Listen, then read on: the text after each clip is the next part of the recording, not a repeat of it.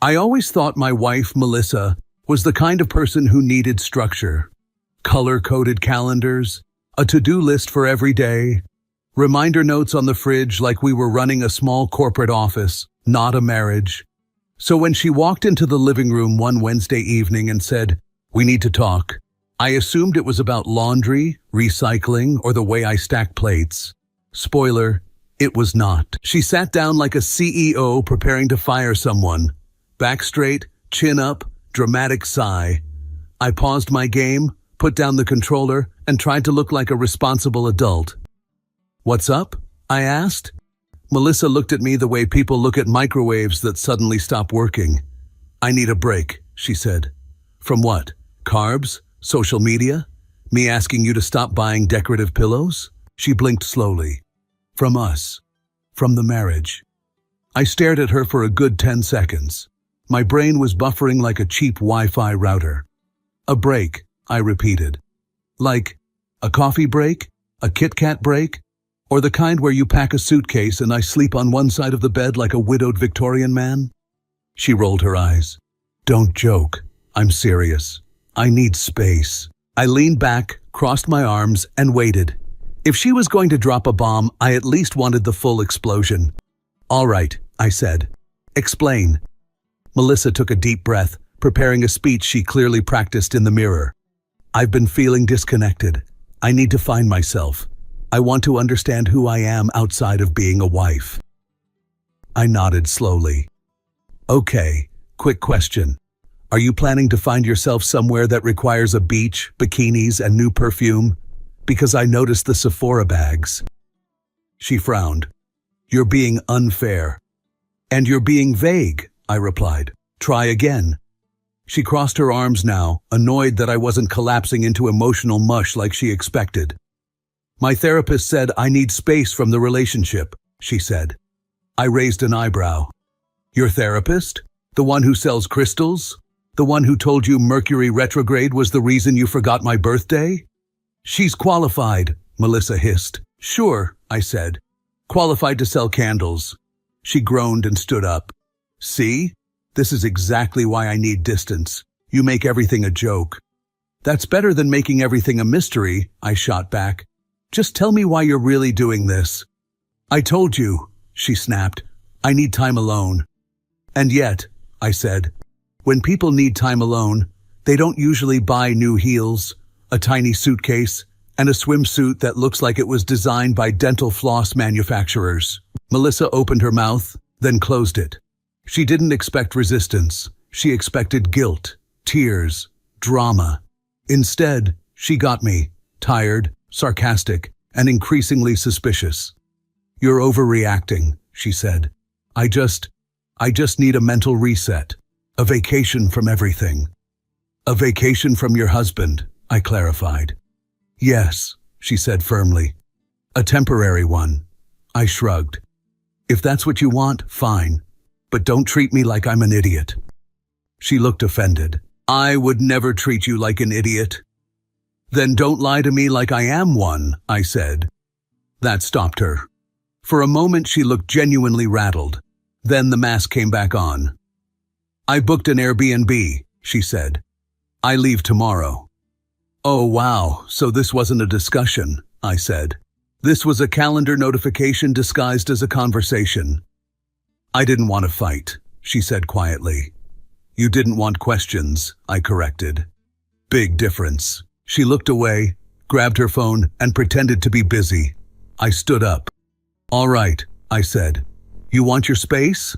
Take it. I'm not going to chain myself to the door." Melissa looked surprised again. She wanted me to beg, to plead, to melt down like an emotional piñata. Instead, I walked into the kitchen and poured myself a drink. "You're handling this very poorly," she called out after me. "No," I said. "I'm handling it calmly. That's what's bothering you." She fell silent. For the rest of the evening, she stomped around packing her things. Not normal packing. This was runway model meets secret agent packing. Cute dresses, heels, a swimsuit I didn't recognize, makeup bags, hair tools, perfume. Enough stuff to film a reality show. She tried to hide the swimsuit under a sweater. I saw it anyway. That looks comfy, I said casually. It's functional, she muttered. For what? Swimming or auditions for a beach commercial? Please stop, she groaned. I shrugged. Just asking questions. Before going to bed, she announced, I'll have my phone on airplane mode most of the time. I need digital detox. Sure, I said. Just don't detox so hard you forget you're married. She shot me a glare and went to sleep on the edge of the mattress like I had offended her ancestors. The next morning she left early. No kiss, no hug. Not even a don't burn the house down. Just a dramatic sigh and, I hope you understand. Oh, trust me, I said. Understanding is my new full-time job. She frowned but said nothing. Then she left, suitcase rolling behind her like a tiny lying accomplice. And just like that, my wife began her break. I wasn't stupid. I just wasn't sure how bad the truth was going to be. Yet. For the first day, I honestly tried to give Melissa the benefit of the doubt. Maybe she really needed space. Maybe this was her way of avoiding a real conversation. Maybe she just wanted to sit in silence and eat overpriced sushi alone. I didn't know. What I did know was that the house was suddenly way too quiet. No diffusers blasting lavender. No motivational podcasts about women stepping into their power. No Melissa telling me I load the dishwasher wrong. At first, it felt like peace. By evening, it felt like a weird simulation of bachelor life, except all my friends were married with kids and had bedtime at 9:30. Around 11 p.m., I checked my phone out of habit. Melissa's chat was blank. No messages. Airplane mode. Digital detox. Right. I went to sleep trying not to think too much. The next morning I woke up, made coffee, opened Instagram, and saw a little green dot next to Melissa's name. Online. At 2:14 a.m. Interesting choice for someone detoxing from the digital world. I texted her, everything okay? 10 minutes later, Melissa. Don't stalk me. This is my time. My time. Like she booked a spa weekend sponsored by the United Nations. I didn't argue. I just put the phone down and said to myself, cool, totally normal thing to say to your husband of 7 years. Later that day, I noticed something weirder. Her story had a tiny circle at the top. One of those short clips she posts and deletes because they ruin the aesthetic. It was a 3-second video. A fancy glass with a slice of lime, upbeat lounge music, a man's hand placing a second drink on the table. Then boom! Story deleted. I sat there looking at my phone like, did Melissa just soft launch a guy during her marriage break? I tried to convince myself it could be anything. A waiter, a friend, somebody else's hand. But the voice in my head went, bro, that's not a waiter, that's a date. The next day, my friend Jason invited me out for a beer. Jason is blunt. He has no filter whatsoever. If he thinks your new haircut makes you look like a midlife crisis with legs, he'll tell you. I showed up, sat down, and before I could even order, he said, so, your wife having fun on her single girl vacation? I blinked. What? He shrugged. She posted a clip, then deleted it. Looked date-ish. Define date-ish. Cocktails, soft lighting, her smiling like a teenager with a crush. I groaned. Fantastic. Jason patted my shoulder. Hey, maybe she found herself. She can return herself to the store, I said. He laughed so loud people stared. Later that night, Melissa posted another story, this time just a sunset over a terrace. Pretty view, mountains, soft music. But here's the thing. I recognized the background. Jason's cousin had been to that exact place. I remembered the photos because Melissa spent a whole evening complaining how expensive that resort was and how she wished she had someone spontaneous enough to take her there. Apparently, she found someone. And apparently, he had a good camera. I didn't text her, didn't ask questions, didn't accuse her. Instead, I sent one message. Hope you're safe.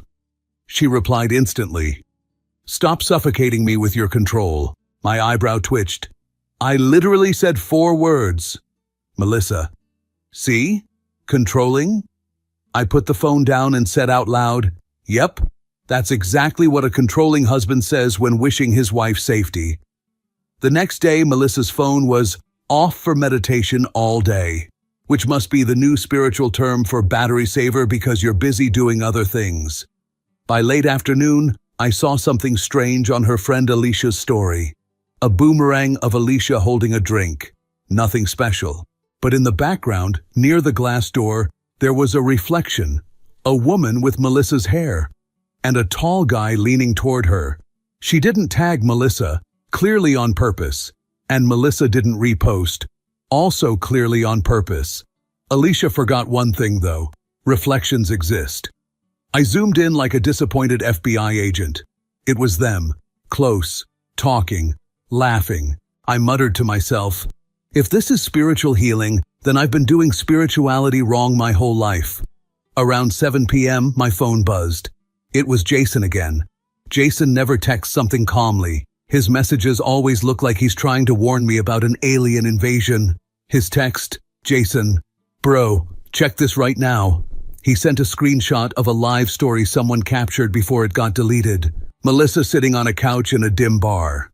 A man's arm around her shoulders. Her leaning into him, smiling, comfortable, like she'd known him for months, not days. My heart dropped. Not in a romantic, dramatic movie way. More like a, wow, she didn't even try to hide that one. She deleted it in under a minute, but not before half her friends saw it. Jason wrote, "You okay?" I replied, "Yeah, I'm just done being stupid." And I meant it. She didn't text me the next day, not one word. But her green dot was glowing all night. Online at 1:12 a.m. Online at 2:58 a.m. Online at 4:47 a.m. Her digital detox apparently came with unlimited Wi-Fi and a +1. I didn't chase her, didn't write her long, emotional essays, didn't blow up her phone. Instead, I made steak, watched TV, took a long shower, and sat on the balcony. I said to myself, she wanted space. Fine. Space is all she's getting now. On the 7th day, she returned. The morning she came back, she walked in glowing like she spent a week being photoshopped. New tan, new nails, new hair, new smile. She set her suitcase down dramatically. "I'm ready to work on us," she said. I looked at her calmly. Not angry, not shaken, just done. "Cool," I said. "Who's the guy?" Her face dropped so fast gravity filed a complaint. And that was the moment her vacation truly ended. Melissa blinked at me like someone unplugged her brain mid-update. "Who's the guy?" she repeated, eyebrows twitching like two angry caterpillars. "You heard me," I said. "Tall, decent haircut, likes cocktails, long arms. Who is he?" She swallowed hard. "You're insane." "Good," I said. "Now answer the question." She dropped her suitcase, the wheels making a dramatic thump like that added emotional weight to her acting. "There is no guy," she said firmly, standing straight like she rehearsed this in the mirror of that Airbnb bathroom. "Great," I said. "So you were hugging a ghost. Awesome. Should we call the church?" "Stop it. You first." She threw her hands up. "You're twisting everything."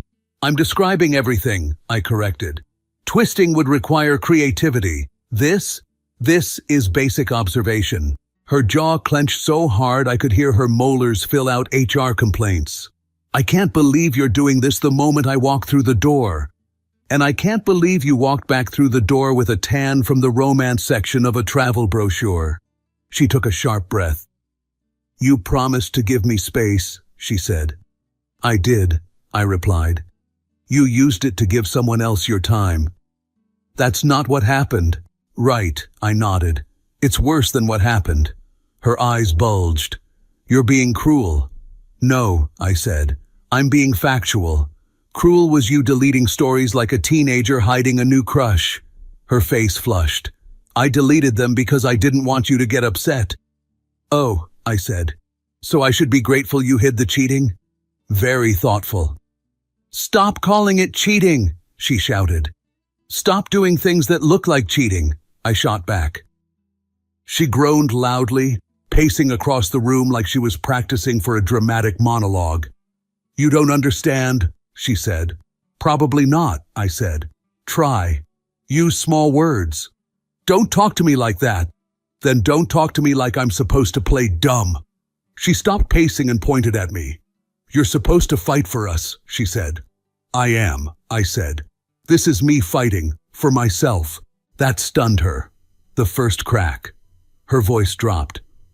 What does that even mean?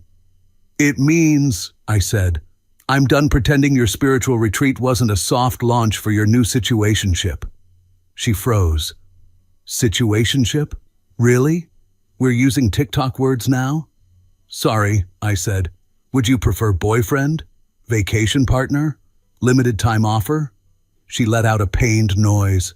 You're being impossible. No, I replied. Impossible is what you did, trying to sell me your week-long date as self-discovery. She tried a different tactic, her favorite one.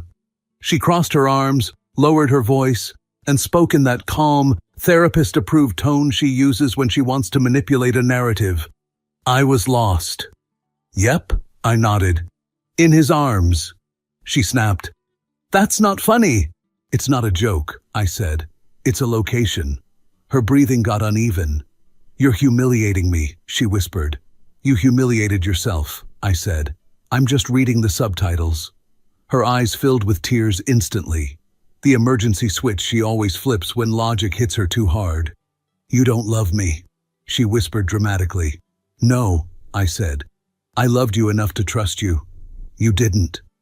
Her lower lip trembled. It didn't mean anything, she whispered. Then why delete the stories? I asked. Because I was scared. Scared of losing me? No, scared of being judged. I blinked. Wow, I said. That was the worst possible answer and you still committed to it. Impressive. She wiped her eyes aggressively. I made a mistake. Sure, I said. 1 or 7 days worth? That's not fair. Neither was your little romantic getaway. She took a shaky step closer. We can fix this, she said softly. We always fix things. We fix things, I corrected. This time you broke something alone. She tried to touch my arm. I stepped back. That destroyed her. She looked at her hand like it betrayed her.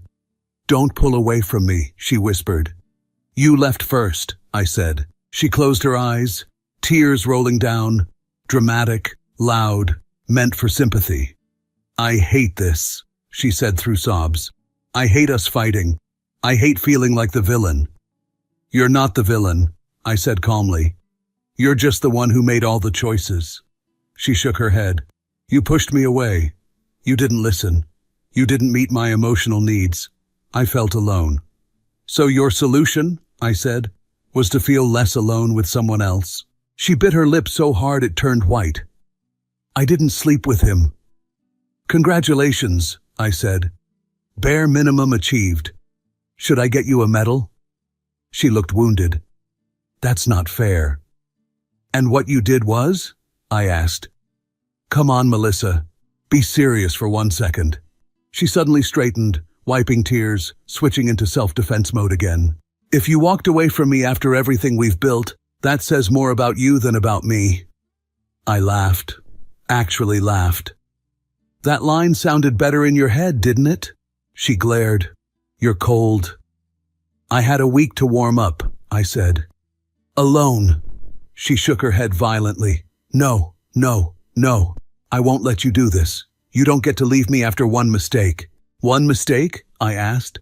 Melissa, you spent a week practicing that mistake. She tried one more trick, the desperate whisper. I still love you. Maybe, I said. But you didn't love me last week.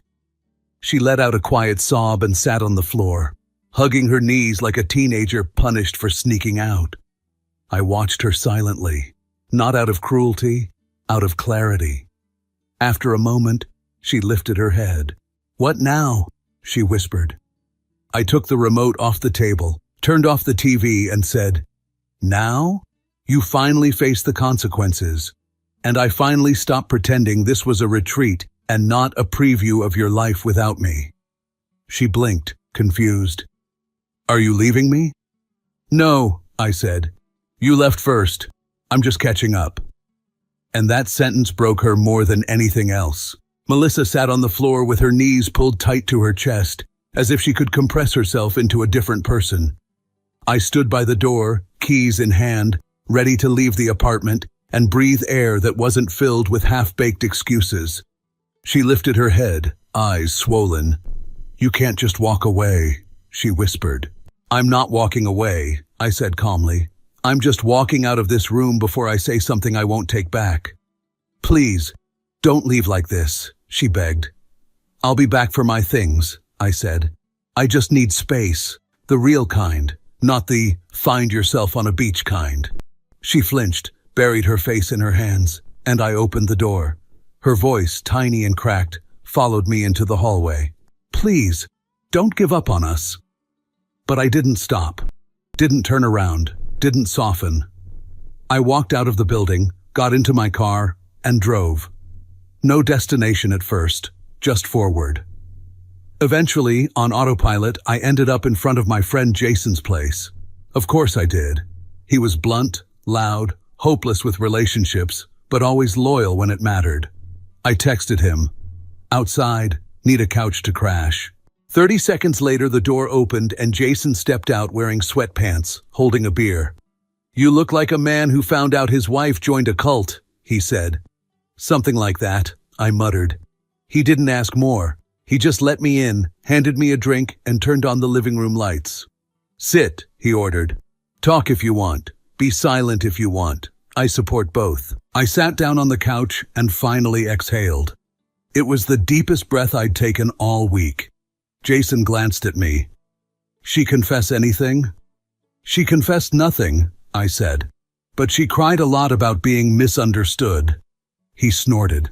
Classic.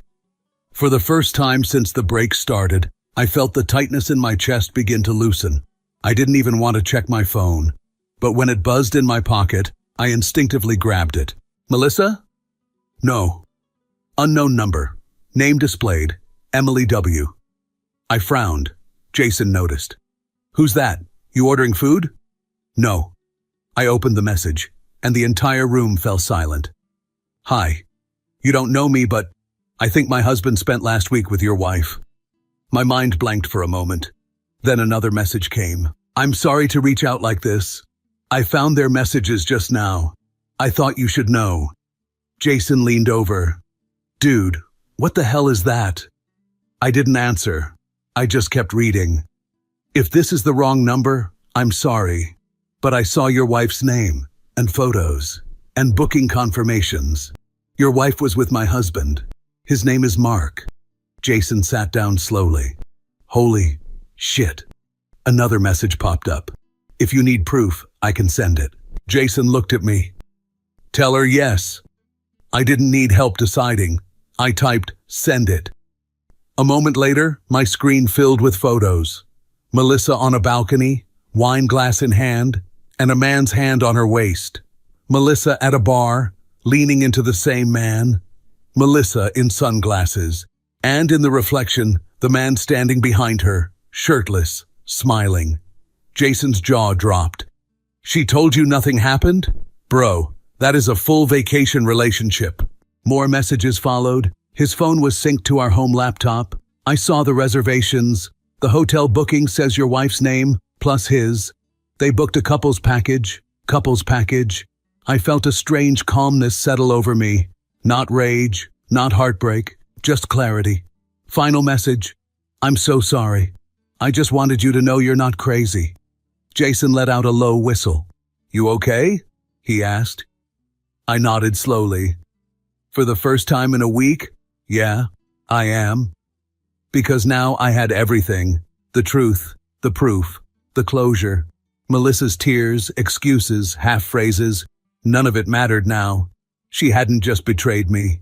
She helped another man betray his wife, and she came home acting like a victim. Jason put a beer in my hand. "To new beginnings," he said. I clinked the bottle against his. "To not being played for a fool anymore," I replied. The beer tasted better than it should have. Or maybe it was the first sip of honesty I'd had in a long time. But the peace didn't last. Not even an hour later, my phone lit up again. this time with her name. First a call, then another, then 3 more. I didn't pick up. A message came through. Where are you? Why aren't you answering? I'm scared. I locked the phone. A minute later. Please, please talk to me. I'm losing my mind. We can fix this. I swear we can fix this. I'll do anything. Are you with someone else? Is that why you're ignoring me? Jason raised an eyebrow. She cheated for a week straight, but you ignore her one evening and she thinks you're cheating? That's talent. I put the phone face down. Let her panic, I said. For once, she can sit with her choices. By morning, she'd sent at least 20 more messages. Some short. Please answer. Some long. I'm not the monster you think I am. I was lost, I was overwhelmed, I was stupid. But I never wanted to hurt you. Please don't walk away from everything we built. Some manipulative. You abandoning me now is worse than anything I did. Jason read that over my shoulder and snorted.